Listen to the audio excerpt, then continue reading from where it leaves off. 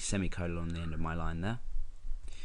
Okay, so you can see that, string rev. Okay, let's go refresh. Oh no. Okay, again, yep, sorry, I've added that. So it's strrev. You can probably tell I don't use this function too often, but just for demonstration purposes, you can see that what it's done now is reverse the string. Now, I've just actually, while I've been doing this tutorial, thought of a good way that this might be used. Probably not recommended to, but let's say we uploaded a file, say called image.jpg. We could echo string reversed, and we could do the substring of this, and we could get the first, say, three letters, which would return our file type. However, if you think about it, this actually wouldn't work because it could be JPEG or JPEG. So that's the string reverse function. Just thought I'd drop it into this video anyway. If you can find a use out of it, that's great. The only use I can think of it is for novelty use, but there we are. So the next function we're going to look at is slightly more useful. It is comparing two strings for similarity. Let's go ahead and get rid of everything here, and we can start from scratch. Okay, so we use this function slightly differently. Let's go ahead and create two strings, and we're going to calculate the percentage and similarity between two strings. Now you can use this in a variety of functions. For example, two people's, well, I can give you an example. Plagiarism, for example. If you were checking for plagiarism between two different say essays written, you could use this similar text function, and it would return the percentage and similarity between each essay, for example. But obviously in this example we're just going to be dealing with simple strings, so I'm going to say string1 is equal to this is my essay. I'm going to be talking about PHP, for example. Let's go ahead and escape that character there. String 2 might equal this is my essay. Let's say someone was to slightly change an essay. I will be talking about the subject PHP. Now what we can actually do here is we can now use the string function to compare the percentage and similarity between these two strings.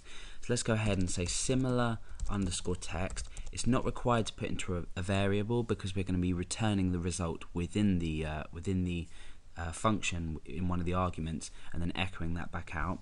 So the three arguments we need to pass are string 1, string 2, and then we need a result variable here. So we've got this result here which we can then go and echo out. So we could say the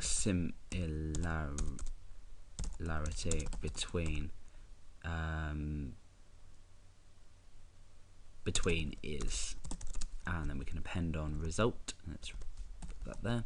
So the similarity between is, let's go ahead and refresh. You can see it's 78%. So for example, if this was a long essay and the similarity was 78%, there's obviously something wrong here. For example, if we were to completely change this string, my essay is about PHP. I'm going to be talking about everything to do with PHP. Let's just go ahead and escape that. Let's go ahead and refresh, and you can see that the percentage has dropped significantly. However, if this was a longer string, there would be more to compare, and if they were very different, you'd get something completely different. So, for example, my essay is about cats. I'll escape that. Be talking about cats and their colours. That'd be nice.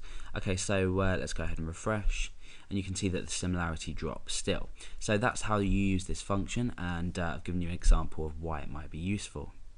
Okay, so let's go ahead and talk about some more simpler functions. Let's go create our string here. That's going to be equal to this is an example string. Okay, so the first one we're going to be talking about is the string length.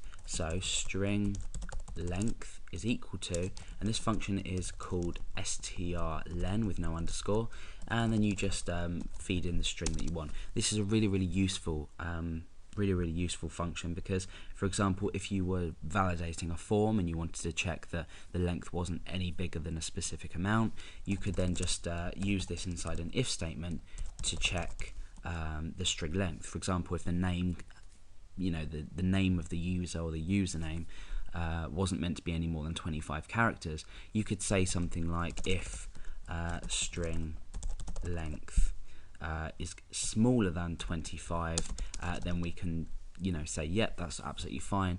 Otherwise we could produce an error, just for an example. So let's go ahead and echo out the string length just to give you an idea of what this returns. So it will return an integer value. This counts the characters, so we've got 26. That seems about right. That's including the full stop as well, so it's any text inside of here.